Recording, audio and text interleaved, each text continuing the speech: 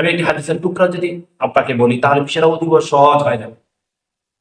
মিশকাতুল মাসাবি 1680 নম্বর একটি হাদিস রয়েছে, রাসূলুল্লাহ সাল্লাল্লাহু আলাইহি ওয়াসাল্লাম বলেন, ওয়াত্তাকিউ দাওয়াতাল মাকরুম ফাইন্নাহু লাইসা বাইনাহা ওয়া বাইনাল হিজাব। আল্লাহর হাবিব কত চমৎকার ভাষায় বলেছেন, কত চমৎকার ভাবে বলেছেন। বলছে ওয়াত্তাকিউ দাওয়াতাল মাকরুম, তোমরা মাজলুমের বদদোয়া থেকে তোমরা বিরত থাকো, কেননা ফাইন্নাহু লাইসা বাইনাহা ওয়া বাইনাল হিজাব, মাজলুমের বদদোয়ার সাথে আর আল্লাহ সুবহানাহু ওয়া তাআলার সাথে মাঝখানে কোনো পর্দা থাকে না।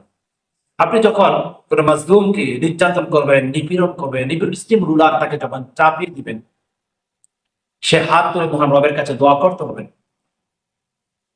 তার অন্তরে যে কষ্ট হচ্ছে, চোখ দিয়ে যে অঝর ভাবে পানি পড়ছে, ভিতরে যে জ্বালা যন্ত্রণায় শুরু হয়ে গিয়েছে, মহান রব তিনি তো সামিউন বাসীর, তিনি তো সামিউন আলিম, সবকিছু দেখেন, সবকিছু শুনেন।